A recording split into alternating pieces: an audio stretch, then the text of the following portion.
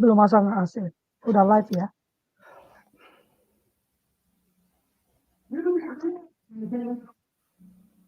Oke, nggak apa-apa lah kita ngobrol-ngobrol dulu ini pemanasan. Pemanasan. Di sini panas memang sengaja biar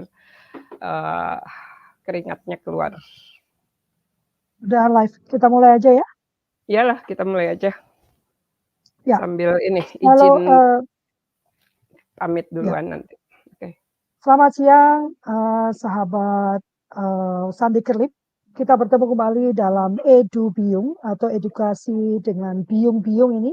Ya, di sini sudah hadir Kak Yanti Kerlip dan wah judulnya kok masih sama punya. Dan saya Lovely.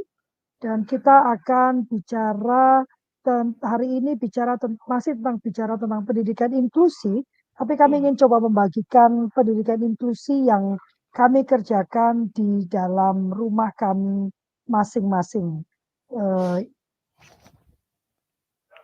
Oke. Nanti teman-teman bisa bergabung dengan kami, bisa lewat live chat yang ada di YouTube teman-teman, atau juga bisa menghubungi saya di 0811 999 2608, bisa mengajukan pertanyaan lewat WA di sana, jangan telepon ya. Nah, nanti saya akan menyampaikan ke dalam forum ini dan kita akan mendiskusikannya bersama-sama. Ya, kita akan mulai dengan karena kemarin ya Taya, kalau kita Gantian. mendengarkan diskusi yang kita lakukan kemarin, ternyata kan salah satu apa ya yang membuat anakku itu memahami tentang inklusi itu menurut dia itu kan karena pembiasaan di rumah gitu ya.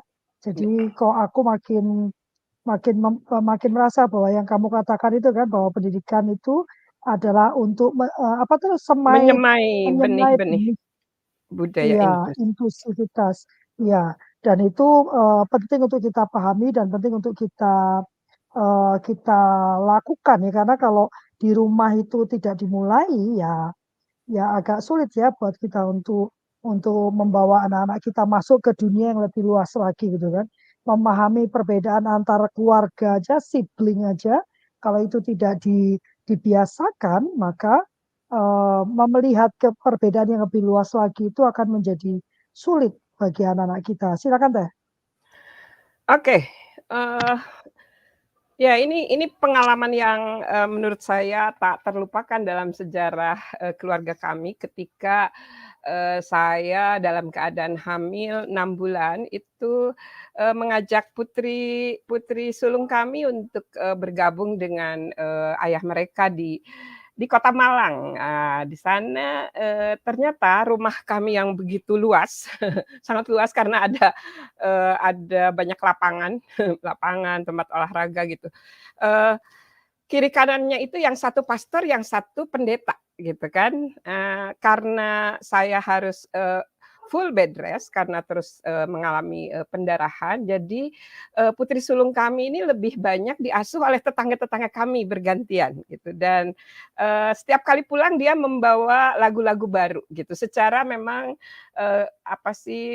ayah mereka memang dulunya juga penyanyi di paduan suara nasional setahu saya gitu ya. Jadi menarik, jadi keduanya melantunkan lagu-lagu yang sama karena almarhum ayahnya anak-anak adalah mualaf. Dia baru berislam itu kelas 2 SMA. Jadi saya menemukan hal yang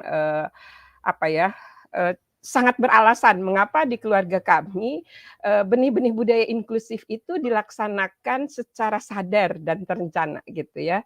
Jadi itu adalah sebuah usaha yang secara sadar dan memang benar-benar saya rencanakan karena saya juga belajar di sana gitu. Saya yang lahir dan dibesarkan di keluarga yang beragama Islam.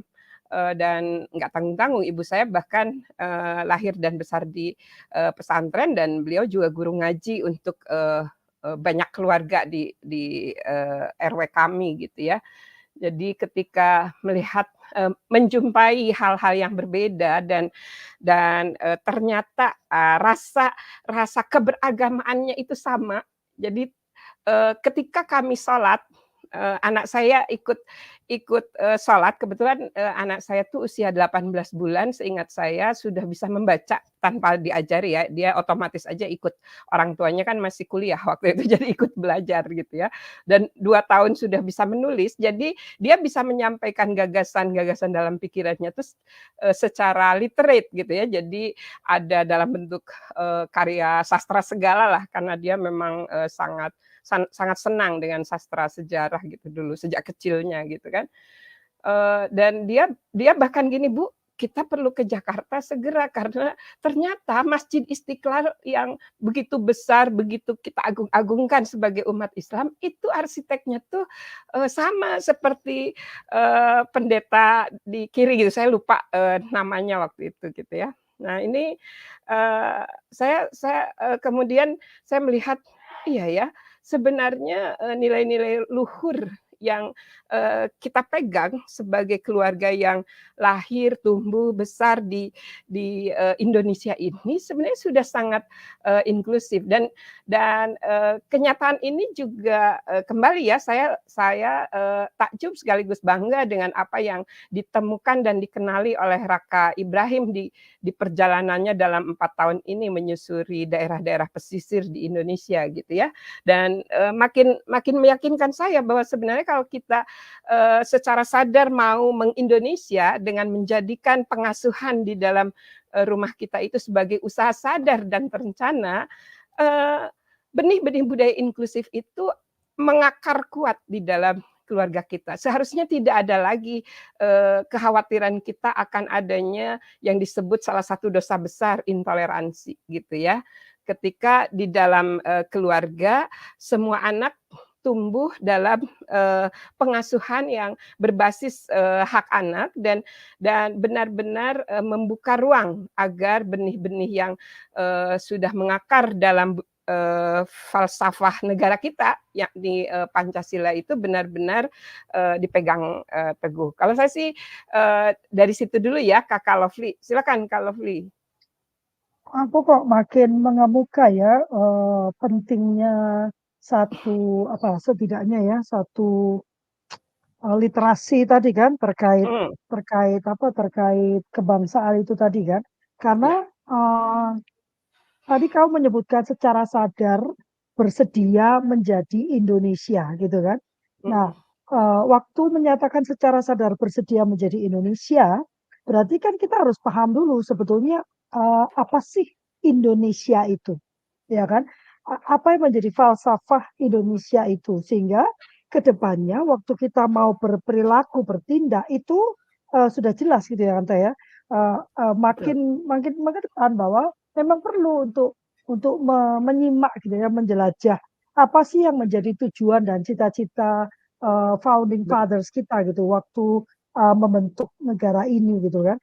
Sehingga waktu kita nanti berperilaku, baik itu kepada orang-orang di sekitar kita, terutama waktu merancangkan, aku suka sekali memang kan harus usaha sadar dan terencana ya, pendidikan di rumah atau pengasuhan itu, parenting itu adalah usaha sadar dan terencana.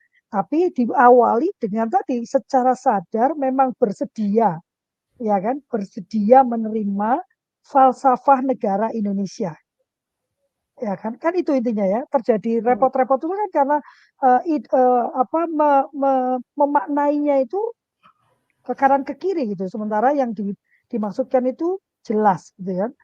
Ini ada kata ada Kak Cahyadi nih yang menanyakan, wah, aku ya, bacakan ya. silakan. Ya, Kak Jadi berkata, mengetahui akan kemampuan masing-masing peserta didik dan mengelompokkan sesuai kemampuannya, masih dalam satu kelas satu jenjang dan mempraktikkan pembelajaran diferensiasi, serta mengkomunikasikan dengan walinya. Oh, ini dia konteksnya masih di ruang kelas ya. Artinya, Ya, menurut beliau, pendidikan inklusi itu memang diawali dengan mengetahui kemampuan masing-masing peserta didik dan mengelompokkan sesuai kemampuannya, masih dalam satu kelas satu jenjang dan mempraktikkan pembelajaran diferensiasi serta mengkomunikasikan dengan walinya. ya. Eh, separuh sepakat, separuh enggak. Silakan Teh. Iya, begini sebenarnya ketika kita, apa ya, berbicara tentang, pendidikan inklusif, kita sebenarnya berbicara tentang keseharian kita gitu, di mana tidak ada sekat-sekat kan di ruang-ruang kita bermain waktu kecil gitu ya, di ruang-ruang kelas, di ruang, eee, maksudnya di ruang kelas yang, sekolahnya diselenggarakan pemerintah ya, atau madrasahnya diselenggarakan pemerintah gitu. Semua orang, semua anak itu bisa bermain bersama tanpa melihat latar belakangnya seperti apa gitu. Samalah semua anak kalau di ruang publik, yang kita sebut kelas, sama bisa belajar bersama tanpa dilihat, ruangnya. Nah, kita sekarang tarik ke keluarga. Sama sih sebenarnya di keluarga juga setiap anak itu memiliki hak untuk, memilih dia, mau berkeyakinan seperti apa gitu. Saya termasuk memang, apa ya, cukup cukup kental berhubungan dengan, apa sih itu tuh, dulu dulu saya sering sering mendengarnya itu disebutnya transliterasi katanya gitu ya. Jadi ketika ketika saya kemudian jadi ingin tahu lebih banyak tentang, teman-teman, Kristiani misalnya, saya belajar langsung dari, pendetanya dengan apa, eee sempat sempat menginap di rumah, rumahnya dulu, bahkan sekarang saya tinggal di rumah Kakak Lovely sudah berbulan-bulan gitu ya. Kita sama-sama, menjalankan ibadah sesuai dengan, keyakinan kita masing-masing gitu dan, saya merasa, ini bukan hal baru bagi keluarga saya gitu, meskipun saya ya ibu saya dibesarkan sangat homogen di lingkungan yang, muslim gitu ya, tapi ayah saya itu di keluarga yang kebetulan kakeknya itu salah satunya memang karena banyak kakeknya Kak Lovely, kakeknya orang Belanda gitu dan, keluarganya, beberapa bahkan, istilah kita sekarang menyebutnya kawin campur gitu ya, yang justru sekarang malah dilarang, atas putusan siapa, MUI atau MK? MUI ya, kalau MUI kan LSM, kalau MK kita harus lihat kembali ya, secara, yang namanya Undang-Undang Dasar 45 dan amandemennya itu kan sudah sangat, eksplisit menyebutkan semua daftar universal hak asasi manusia itu ada di dalam konstitusi kita, gitu ya. Itu salah satu sandaran yang kalau jadi singkatan PBNU kan, salah satu sandaran yang mengikat kita untuk, mengindonesia itu dengan, dasar yang jelas. Falsafah Pancasila itu sebagai filosofi kita bernegara, kemudian Bhinneka Tunggal Ika itu semboyan yang, menjadi apa ya, bukan sekedar mewarnai, menjadi sebuah keniscayaan di dalam, kita berinteraksi, tidak hanya di luar rumah, di dalam rumah sekalipun gitu ya. Karena, siapa tahu selama ini anak-anak kita itu dikerangkeng pikirannya untuk menjelajah, untuk, mengetahui, yang lain, tapi tiba-tiba misalnya jadi blast terbuka tanpa batas ketika dia misalnya mengikuti pembelajaran di luar negeri lah, karena sekarang kan keran itu dibuka lebar gitu ya dengan adanya, LPDP dan dia kemudian bingung, seperti apa dia, melakukan, literasi, terhadap, hal-hal yang kemudian mempengaruhi kekuatan spiritualitas keagamaannya gitu ya. Dan, tidak sedikit yang, menjadi teman-teman saya misalnya yang waktu saya masih baru tingkat semester 1 kuliah, itu berkenalan dengan, teman-teman yang lebih senior, pintar dan sebagainya, kemudian 2 3 tahun kemudian ditemukan gila gitu ya. Gila karena bingung ketika tiba-tiba dia diajak mengaji, mengajinya hanya satu, jadi monoteismnya tuh jadi diterjemahkan bahkan nggak boleh berkawan dengan yang berbeda gitu, sampai seperti itu. Akhirnya dia split, kepribadiannya dan yang muncul, apa ya, jejak-jejak masa lalu yang kemudian ketika kita ketahui bahwa memang ini kejadiannya setelah dia merasa split dengan, pembelajaran yang sangat, eksklusif. Nah, ini kan, lawannya inklusif, eksklusif nih gitu ya. Tapi ternyata ini, yang apa ya, pendidikan yang eksklusif ini mengundang rasa trauma yang, dulu sebenarnya sudah relatif bisa dia hadapi gitu ya. Mungkin belum sembuh sepenuhnya, tapi bisa dia terima gitu dan itu memperhebat, ininya sampai, gila yang tidak bisa disembuhkan dan itu bukan sedikit ya di universitas-universitas yang ada di, Bandung dan, sekitarnya. Jadi, kalau buat, saya sih, apa ya, pengasuhan berbasis hak anak ini benar-benar terus harus apa ya, dimasukkan dalam konteks, bingkai kita sebagai, Indonesia dengan PBNU-nya tadi ya, dengan Pancasilanya, Bhinneka Tunggal Ika-nya, NKRI-nya, dan Undang-Undang 45 serta, 4 kali amandemennya. Gitu ya, agak-agak serius ya, tapi ya gimana memang ini dasar-dasarnya ya. Betul. Jadi memang, ini Byung 2 ini ngomongnya nggak ecek-ecek gitu, kita memang berlandaskan pada tata aturan yang ada. Karena salah satu bentuk dari literasi kebangsaan adalah Warga memahami tata aturan yang melingkupi kita gitu kan, dan dengan tidak tidak lalu kemudian pokoknya asal apa yang aku tahu aja gitu kan. Ya, memang ini menarik ya, memang menarik ya, bicara inklusi itu, menarik gitu ya, dan saya rasa memang fokus utamanya ini saya tuh memang senang memulai dari keluarga ya, pada saat keluarga itu tidak bisa menghargai perbedaannya, sementara ada ikatan yang kan keluarga itu ada ikatan yang tidak bisa dielakkan gitu ya. Kalau darah gitu ya. dalam iya kan, heeh, kan kalau kalau dalam lingkungan, dalam sekolah itu kan, ya kamu teman, kamu, meninggalkan itu wajar-wajar aja, nggak ngefek gitu ya. Tapi kalau dengan saudara, dengan itu tuh kan sesuatu yang kayak kita udah terperangkap gitu lah ya, terjebak di Mhm, dalamnya, nggak bisa pergi, nggak bisa meninggalkan. Nah, kalau kita sudah bisa berperilaku inklusif gitu ya, menghormati gitu kan, di dalam satu lingkungan yang kita tahu memang tidak bisa kita tinggalkan gitu, maka kita akan lebih mudah untuk menerapkannya di dalam lingkungan kehidupan yang lebih luas gitu ya. Kak Cahyadi boleh dong berbagi bagaimana kemudian Kak Cahyadi itu menerapkannya di dalam rumah. Kalau di rumah kami memang, 2 anak saya itu kan memang saya nggak mau bilang langit dan bumi ya, karena Raka dan Dery itu at some point itu mirip-mirip lah ya. Sama-sama sangat kritis, sangat suka menggali gitu ya. Tadi pagi kita ngobrolnya berdua teh ya, bahwa mhm. seringkali orang itu kesel sama anak-anak kita karena, segala sesuatunya tuh harus Ditanya, didiskusikan gitu, harus dijelaskan. iya, dan sampai Harus. mereka, memahami dan menyepakati gitu, baru bisa dilakukan.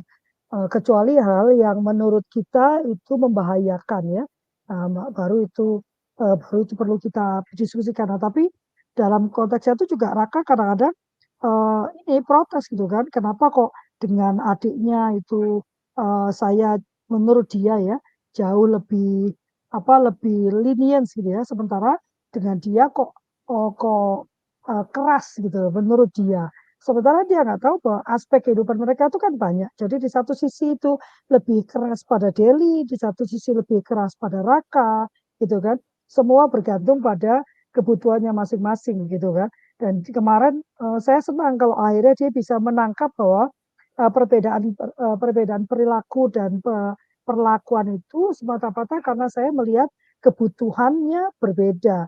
Dan arahnya sama, tapi dasarnya, landasan awalnya itu berbeda. Saya tuh belajar dari, ibuku ya, saya sebetulnya. Mhm.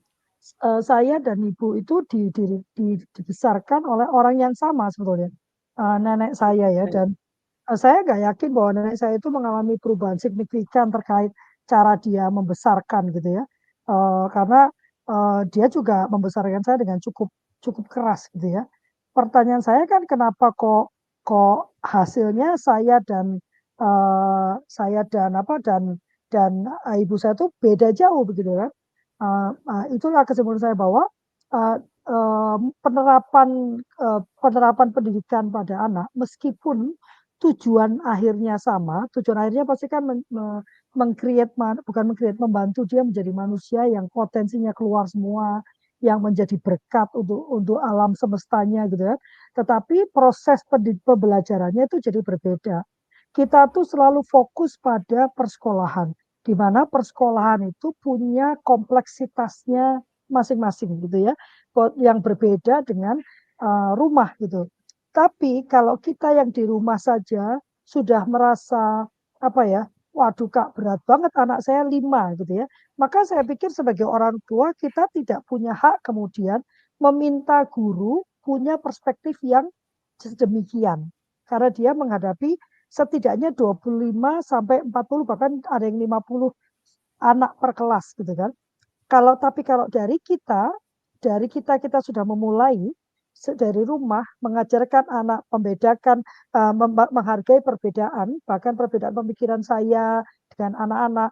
Mamanya berpikir apa itu tidak harus kemudian di-cloning oleh anak-anak, tapi mereka berhak punya pendapat yang berbeda, mereka berhak punya pemikiran yang berbeda. Maka waktu dia pindah ke ruang yang lebih besar, quote unquote sekolah gitu ya, akan mudah buat anak untuk memahami, oh ternyata memang perbedaan itu lebih lebih menarik lagi gitu ya.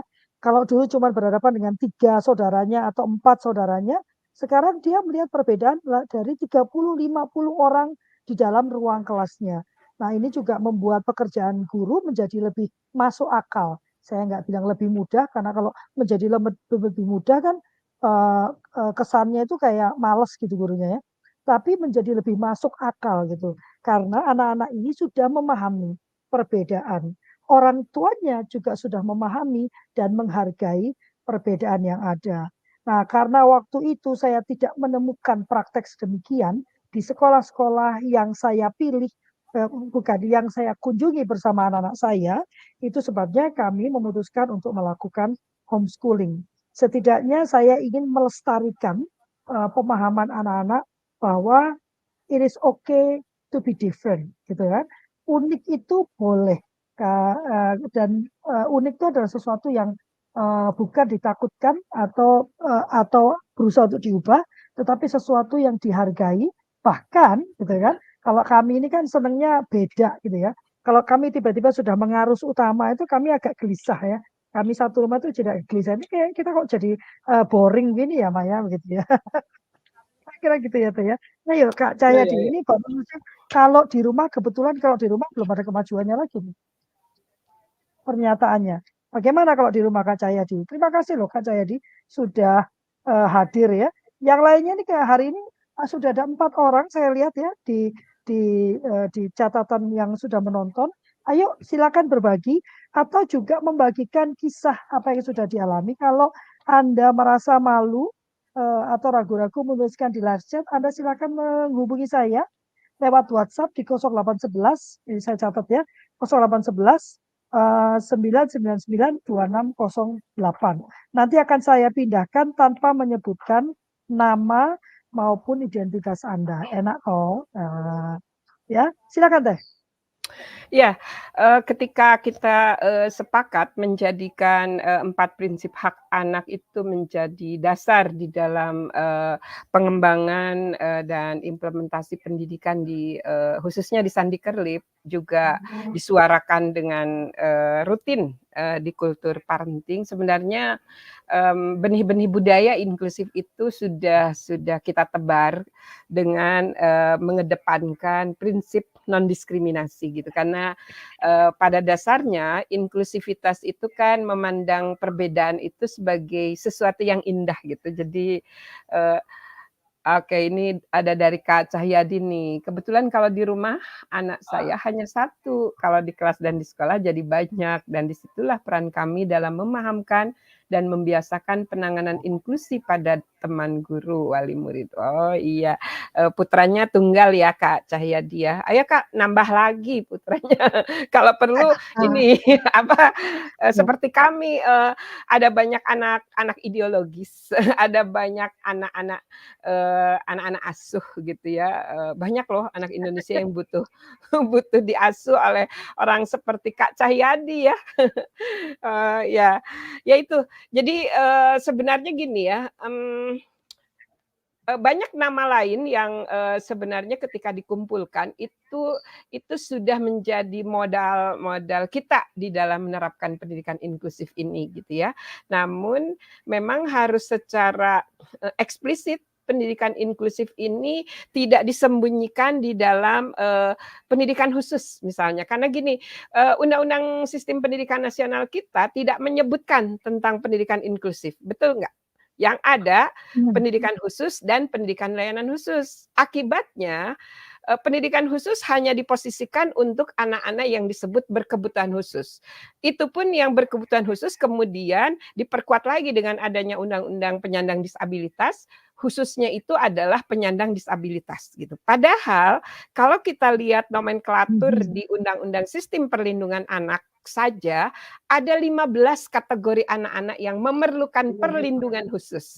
Dan mereka ada yang perlu pendidikan khusus kalau dalam nomenklatur yang ada sekarang dan pendidikan layanan khusus. Padahal kalau kalau, di Undang-Undang Sisdiknasnya kemudian secara eksplisit menyebut dengan, pendidikan inklusif, ini nggak perlu lagi gitu, khusus dan layanan khusus tuh lebih ke, metode gitu ya, lebih ke, apakah, pendidikan inklusifnya itu akan menggunakan metode yang segregasi misalnya seperti SLB misalnya gitu ya. Tapi kalau kita sebagai bangsa sudah sepakat semuanya harus pendidikan inklusif, tidak ada lagi istilah, bukan tebang pilih kok, kalau tebang pilih kayak kayak di politik ya, Kakak Lovely ya. Tapi intinya intinya itu ya, intinya ketika kita bersama-sama merasakan indahnya berbeda gitu, indahnya menjadi unik, bukan sekedar berbeda, tapi juga menemukan keunikan keunikan, kita dalam, banyak hal, ini membuat kita akan lebih, gembira, lebih bangsa ini lagi jadi lebih semarak lagi. Saya masih ingat waktu anak saya kecil, itu, putri sulung saya tuh benar-benar benci sama kerupuk dan, kecap. Karena ayahnya makan selalu pakai kerupuk dan kecap gitu ya. Dia dia merasa teralihkan perhatian ayahnya, eee, terhadap dia ketika ada kerupuk dan kecap gitu. Karena biasanya kami menjadikan, makan bersama itu tuh untuk ruang, obrolan gitu ya, obrolan dari hati ke hati. Nah begitu adiknya lahir dan, mulai tidak menyusui lagi usia 3 tahun gitu ya, ternyata dia seperti ayahnya gitu, benar-benar, maunya ini, kerupuk dan, kecap. Dan belakangan ketika ternyata, putri sulung kami itu tidak bisa bukan sekedar tidak cocok, baru sehari aja dibawa tinggal di Semarang, ternyata dia harus masuk rumah sakit ya, nggak bisa, benar-benar nggak bisa. Dia akhirnya, dengan kesepakatan akhirnya, dibawa ke Bandung, sementara saya dengan, karena waktu itu ngurus, ayah mertua yang sakit keras, saya dengan, Jaki. Di situ ternyata pada saat kami bersama-sama satu rumah di Cimahi gitu ya, dia dia, apa sih, merasa diperlakukan berbeda.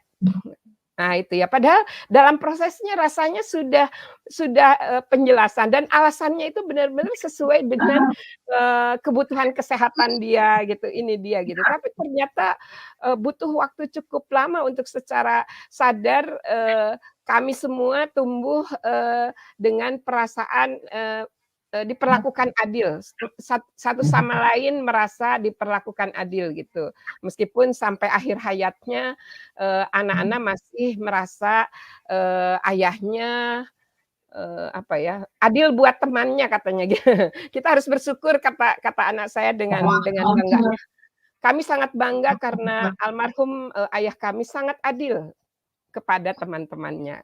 Gitu ya. Itu ada tersirat harapan yang sangat besar, tapi tidak kesampaian. Nah, jangan sampai menunggu sampai, kita dipanggil Yang Maha Kuasa, kemudian, saya sebagai orang tua yang masih ada gitu ya, jadi, "Oh, saya terlambat menyadari bahwa, eee apa sih, anak-anak itu merasa diperlakukan, tidak adil sebenarnya ketika, salah satu memutuskan sendiri dan saya, hanya mengajak mereka untuk memaklumi gitu. Di keluarga kami memang, ini ya, jadi kesulitan untuk marah karena selalu semuanya jadi, obrolan, jadi diskusi gitu, terus digali dari, filosofi dasarnya, terus kemudian, "Oh, oke deh." Jadinya permakluman itu tuh jadi kebiasaan yang sebenarnya menurut saya dalam hal tertentu, tetap harus ada apa ya, semacam, kalau marah ya marah lah gitu, kalau kecewa ya kecewa gitu, tapi tidak harus dengan luapan emosional, yang, merusak gitu, terutama merusak, diri sendiri. Oh jadi kalau udah bicara keluarga kan jadinya membuka apa yang ada di balik pintu rumah kita ya, jadi seperti itu. Tapi itu kan pembelajaran sebetulnya, bukan untuk Betul. kita kan tidak dalam rangka membuka aib gitu ya. Mhm Saya sendiri mhm. juga jadi ingat kan kalau kalau urusan makan misalnya gitu ya, memang kan, ada apa ya, ada hal-hal yang memang dari yang kecil kalau menurut, saya, Raka itu, pernah bilang kan, ditanya temannya, "Kamu tuh kok nggak memberontak? Kenapa kamu nggak membantah atau inilah bertengkar dengan mamamu?" Gitu ya. Terus dia bilang, "Ngapain bertengkar orang ibuku, kita boleh kok, mengatakan yang berbeda," gitu kan. Dan saya masih ingat dia berkata bahkan, "Saya mau makan apa aja itu, penentuannya bukan dari dia kok, kami semua ditanya," gitu ya, "mau makan apa." Dan sebetulnya itulah pembelajaran kompromi itu dimulai dari sana kan. Kalau hari ini, karena Raka dan Deli itu walaupun punya minat yang berbeda, tapi, sorry, walaupun punya kesamaan, tapi sebenarnya juga mereka, berbeda gitu ya. Nah, sehingga kalau mau makan saja itu diskusinya bisa lama dan kemudian nanti siapa yang kemudian mau mengalah atau mungkin kita memilih tempat yang menyediakan semuanya atau bertemu di tengah. Tapi saya memang tidak membiasakan untuk memilih misalnya di food court saja gitu, di mana semua orang bisa dapat yang mau dia inginkan. Karena bagi saya itu tidak mengajarkan kepada anak-anak, eee, masa untuk mengalah gitu ya. Kan nggak semua orang harus dapat semua yang dia dapatkan. Kadang-kadang kita harus mengalah, supaya, semuanya baik gitu ya. Dia kali ini mungkin Kakak yang mendapatkan apa yang dimau, kemudian baru, minggu depan atau berikutnya adik gitu ya. Sehingga saya memang jarang sekali, mengajak anak-anak duduk di tempat di mana semuanya ada. Silakan pilih mana yang kau mau, tapi kita biasanya pergi ke tempat yang memang sudah spesifik. Dengan begitu, anak-anak belajar untuk memilih dan kemudian, mengalah gitu ya. Dulu sih yang paling sering ngambekan yang kecil ya, sehingga kalau sudah seperti itu ya saya membiarkan dia tidak makan begitu ya, supaya dia memahami ada konsekuensi gitu dari, pilihan dia. Kadang-kadang kan karena kita merasa kasihan juga ya dia nggak makan sehingga kemudian kita kita beri dia makan. Hal itu yang seringkali membuat anak tidak paham bahwa pilihan itu ada konsekuensinya. Nggak juga akan nggak apa-apa kok kalau nggak makan cuma sekali. Kalau Anda nggak kasih makan selama seminggu dah, itu baru bisa masuk penjara Anda ya. Tapi kalau misalnya karena dia memutuskan untuk skip dinner, sementara dinnernya itu sudah diberikan, ya enggak juga. Baru sekarang setelah dia dewasa ya, anak saya Deli itu kalau waktu kami makan dia enggak memilih itu tidak makan, ya malamnya saya tanya, "Deli mau pesan GoFood atau gimana ya?" Deli kan belum makan gitu ya. Walaupun, eee, harusnya sudah enggak saya kerjakan gitu ya. Nah ini balik lagi kan buka-buka aib ya. Ayo, ini mana yang lainnya ini? Bagaimana Anda kemudian menerapkan inklusivitas dalam keluarga? Satu lagi, terbalik dengan Teh Yanti, kami ini keluarga yang berbeda sendiri. Jadi kami ini, satu-satunya dalam keluarga besar kami yang beragama di luar Islam. Tapi, saya mengajak anak-anak saya, setiap kali hari besar Islam itu menghubungi bapaknya, lalu neneknya atau kakek-kakek sepupu lainnya kalau perlu datang, dan memberi selamat. Pokoknya di hari-hari besar yang dianggap penting oleh mereka, kita juga perlu menghormati dengan cara, setidaknya memberikan selamat. Kalau hari raya ya minal aidin wal faizin gitu ya. Gitu ya, Teh?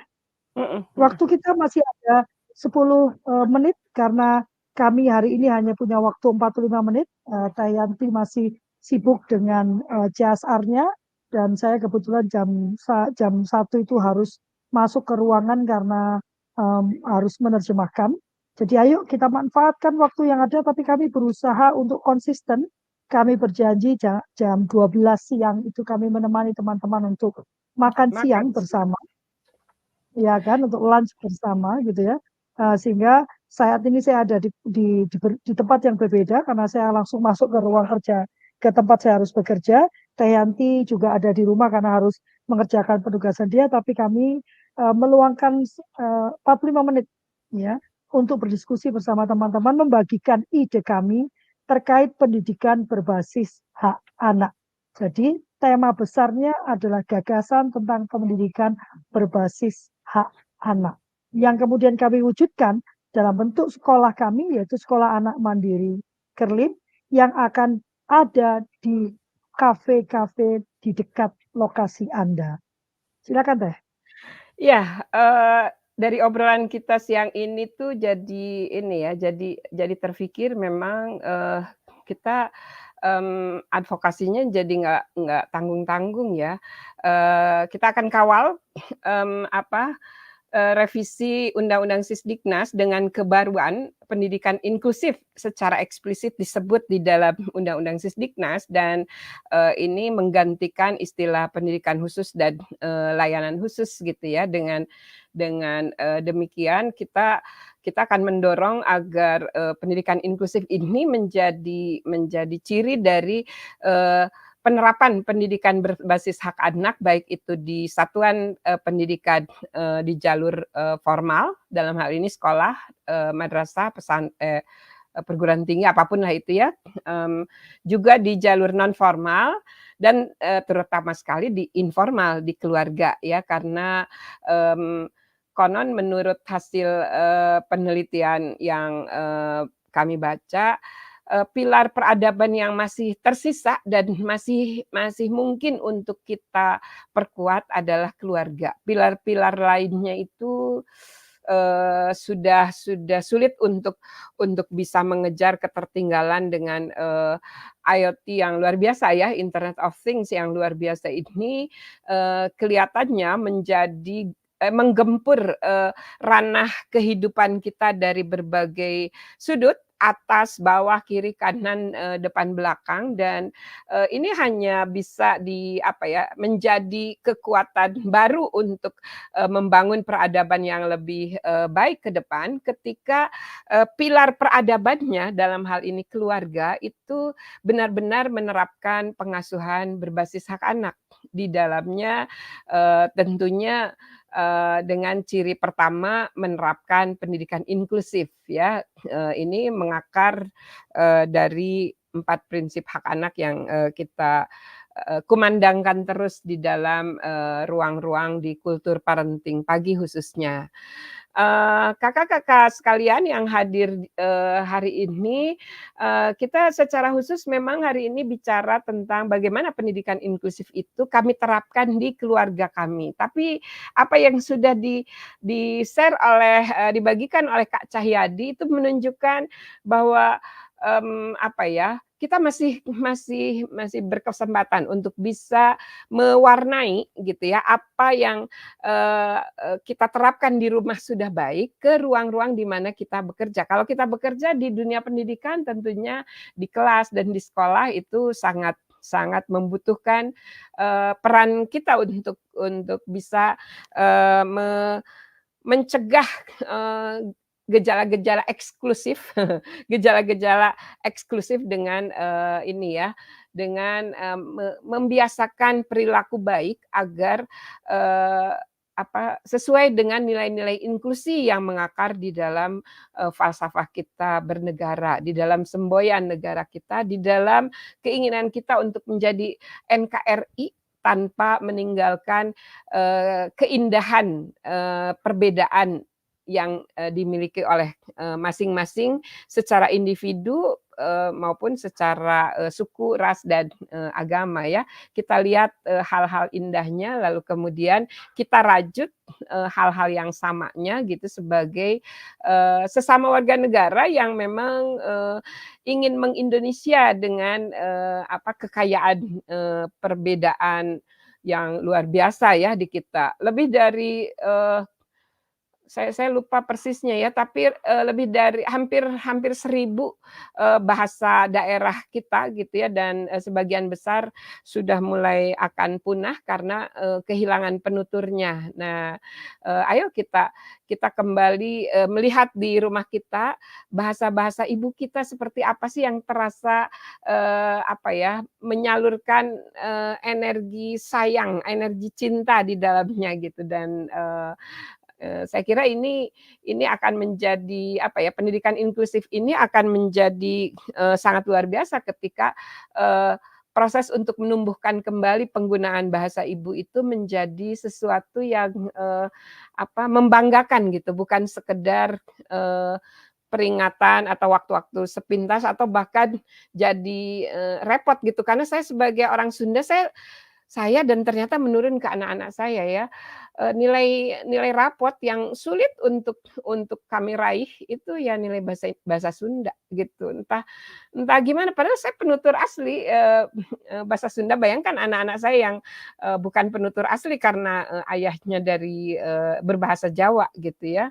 Nah, jangan sampai seperti itu, kita kita dengan nilai-nilai luhur yang luar biasa yang apa ya, diturunkan turun-temurun melalui bahasa ibu, kemudian bahasa ibunya hilang gitu. Jadi, apa ya, itu tuh ruhnya jadi tidak terpegang jadinya, ya. Itu salah satu, praktek yang, sebenarnya sulit saya terapkan, tapi banyak teman-teman di, pengurus Kerlip yang, eee, memukau saya, memikat hati saya karena mereka menerapkan berbahasa Sunda yang aduh, karena bahasa Sunda tuh kalau kalau benar-benar diterapkan itu halus, bahkan cenderung genit sebenarnya ya, cenderung genit karena lemah lembut banget gitu. Ini mau marah juga, nggak dikira nggak marah karena bicaranya penuh kasih sayang. Tapi itu juga mungkin yang, di satu sisi kelemahannya jadi kurang kurang, kokoh, kurang kuat, kurang tangguh gitu ya, tapi di sisi lain, kasih sayangnya itu luar biasa gitu, terasakan, betul gitu oleh, penutur penutur asli Sunda ini secara, turun-temurun. Jadi, kakak-kakak sekalian, kita kita mulailah dari apa yang kita pahami yang, apa, itu sebenarnya kekayaan, kekayaan, yang, kita yang apa ya, yang diwariskan oleh, leluhur kita gitu ya. Nilai-nilai inklusif itu termasuk di dalamnya, mencintai bahasa ibu gitu ya, bukan dalam arti jadi pelajaran yang paling menyulitkan gitu. Jadi nggak tahu gimana ya cara cara kita untuk bisa membenahi ini gitu. Silakan Kak Lovely. Ya, yang menarik sebenarnya aku tuh tidak pernah diajarkan bahasa daerah sebetulnya. Jadi nenekku itu tipe orang yang dia dia menggunakan bahasa Indonesia di rumah. Karena dia nenekku loh ya. Dan beliau adalah penutur asli ini ya bahasa Jawa ya. Bahasa Jawa itu kan sama dengan bahasa Sunda ada tingkatannya. Beliau ini sampai ke tingkatan tertingginya juga bisa berbicara secara aktif ya. Sehingga pada saat aku punya anak, aku juga tidak menerapkan bahasa itu ke anak-anak. Rata-rata mereka malah belajar itu setelah masuk ke dalam pergaulan. Sama dengan aku ya, aku tuh akhirnya belajar bahasa Jawa itu waktu pindah ke Bandung malah karena Oh, bertemu dengan beberapa orang yang lebih tua dan beliau itu orang Jawa. Nah, karena secara budaya saya harus memakai bahasa Jawa kromo, sih ya, mhm, aku akhirnya terpaksa memaksakan diri ya belajar untuk bahasa Jawa kromo. Sudah 12.40 ya, kita harus menutup diskusi kita hari ini. Eh, tapi saya sendiri ingin menyampaikan bahwa memang tidak mudah, pasti tidak mudah karena kita itu mungkin sebagian dari kita tidak dibesarkan lewat apa lewat uh, oleh keluarga yang inklusif, gitu ya, oleh keluarga yang mau menerima perbedaan gitu kan, dan bahkan ada beberapa keluarga yang seperti menabuhkan perbedaan. Tapi di masa kita sekarang ini, di saat kita secara sadar sudah memilih menjadi Indonesia, maka perubahan paradigma berpikir kemudian diikuti oleh perubahan perilaku yang nanti akan mempengaruhi bagaimana kita berperilaku dan berinteraksi dengan anak-anak kita, itu saya rasa sudah satu keniscayaan ya, yang tidak bisa lagi kita tunda penerapannya. Dimulai dari rumah, bergerak ke bangsa-bangsa gitu ya. Itu dulu kan, nanti sebelum aku tutup dengan 4 prinsip yang harus kita sebutkan. Oke, ya, ayo kita sambut sukacita kita, kegembiraan kita untuk, menggali kembali nilai-nilai, luhur, dari para leluhur kita. Disebutnya leluhur, berarti lebih luhur dari sekedar leluhur gitu ya, para leluhur kita yang, apa ya, sudah mengisi, proses, meng-Indonesia ini dengan, luar biasa ya, karena, saya nggak membayangkan mungkin dulu itu banyak ahli-ahli ini ya, suara batin gitu. Jadi kalau sekarang ini kita, pakai apa sih, email, pakai pakai WhatsApp, bahkan pokoknya bisa saat ini aja bisa langsung berhadapan di layar kaca. Dulu itu gimana gitu sampai bisa kemudian bisa menjadi satu, NKRI yang luar biasa. Jadi, sayang sekali kalau kemudian, upaya-upaya untuk memecah belah kita itu kemudian bahkan ditarik ke keluarga gitu. Saya termasuk yang, sempat berpengalaman itu dan, saya hanya bisa membuktikan dengan ketika, seseorang dalam keluarga saya ini, memiliki, apa, pemikiran yang, eksklusif, dia pasti suatu saat membutuhkan bantuan saya. Nah, saat dia membutuhkan bantuan saya itulah saya, tetap berperan sebagai saudara yang baik gitu ya, dengan harapan akhirnya dia, eee lebih ke tengah meskipun masih sulit untuk, inklusif. Paling tidak, eee, Ramadan kemarin kita sudah kangen-kangenan lah ya paling tidak. Itu butuh butuh berapa saya sekarang usia saya sudah setengah abad, hampir, lebih 5 tahun gitu ya, dan, butuh lama sekali padahal perbedaan usia kami itu hanya 2 tahun. Jadi kebayang, proses panjang ini mudah-mudahan bermuara pada hal yang, kita harapkan bersama ya dalam satu keluarga kita menghormati keyakinan masing-masing, pilihan masing-masing untuk meng-Indonesia dengan, menikmati keindahan, eee eee, berbeda itu gitu sebagai modal modal kita untuk, bersama-sama, membangun, NKRI tercinta ini. Itu aja, silakan Kakak Lovely. NKRI harga mati kalau kata anak-anak muda. Begitu. Ya, kita akan, tutup, pertemuan kita hari ini, kita akan bertemu kembali di hari Sabtu ya. Akan ada open house di mana kita akan memaparkan konsep pendidikan berbasis hak anak yang kami wujudkan dalam bentuk Sandi Kerip atau Sekolah Anak Mandiri Kerip.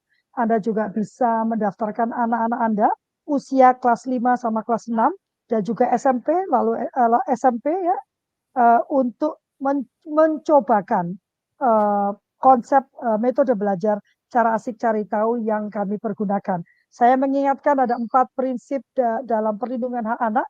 Yang pertama non-diskriminasi, yang kedua kepentingan terbaik bagi anak, yang ketiga hak hidup dan tumbuh kembang, yang keempat hak untuk didengarkan pendapatnya dan dihargai pendapatnya. Terima kasih, kami, memohon maaf yang sebesar-besarnya apabila ada pernyataan, perkataan, sikap yang kurang berkenan. Kami tidak ingin merendahkan, tidak ingin menghina, tidak ingin memojokkan, tidak ingin menghakimi, juga bukan mau menggurui. Kami hanya ingin menyampaikan apa yang menjadi keyakinan kami. Jangan lupa buku kami akan segera terbit, Pendidikan Berbasis Hak Anak, lalu segera pesan ya, dan bagikan ke banyak orang. Ya, terima kasih Tayanti. Selamat Terima kembali kasih bekerja. Kakak Lovely. Wassalamualaikum warahmatullahi wabarakatuh. Waalaikumsalam warahmatullahi wabarakatuh. Terima kasih Kak Cahyadi dan kawan-kawan Terima semuanya. kasih Kak Jayadi. Kak Lovely. Yuk, bye. Live ya. Yuk.